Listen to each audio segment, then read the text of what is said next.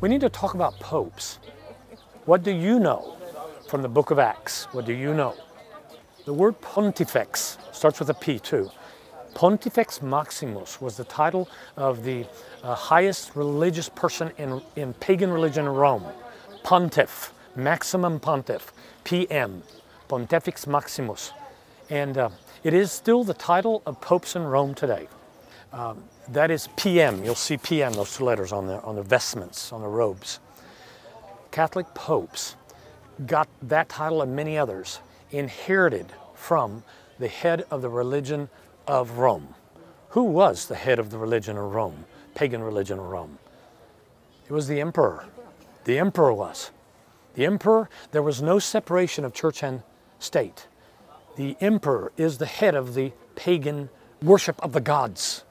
And emperors like the first emperor of Rome, Octavian Augustus, he instituted laws to make people go to church, to make people have children because they were having too few. He did things like that. Imagine our president trying to do that. You know, that's what they did. They didn't have separation of church and state. The papacy develops over time. The book of Acts has no popes. It has apostles.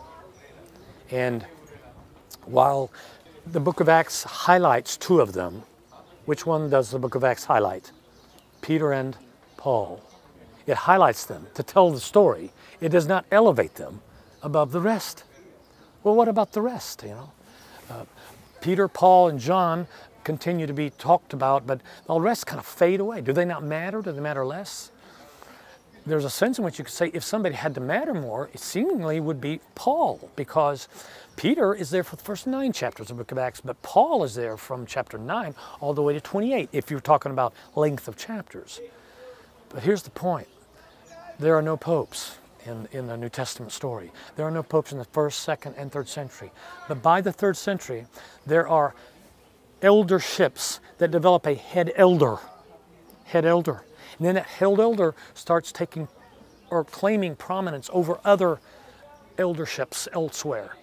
And by the 4th century, we have the heads of the Christian church in 5 cities of the world that claim preeminence. Rome, Jerusalem, Antioch, Alexandria. Those are the 4 top, okay? Now you already know who's going to win. Popes have been where since the 6th century? Where have popes been? Here. Who won? Did Jerusalem win? I would have thought Jerusalem would have won. Why Jerusalem? Because that's where the story of Christ and the story of the gospel took place. But Rome won because Rome was the center of political power and because the emperor was here. And so the head guy of all the bishops in Rome, the head bishop became the head of Christendom. And that happens by the end of the 5th century. And that's a guy called Leo I. And then Gregory the Great, 6th century, is clearly Pope of all Christendom. And that's at the end of the 6th century, 590s.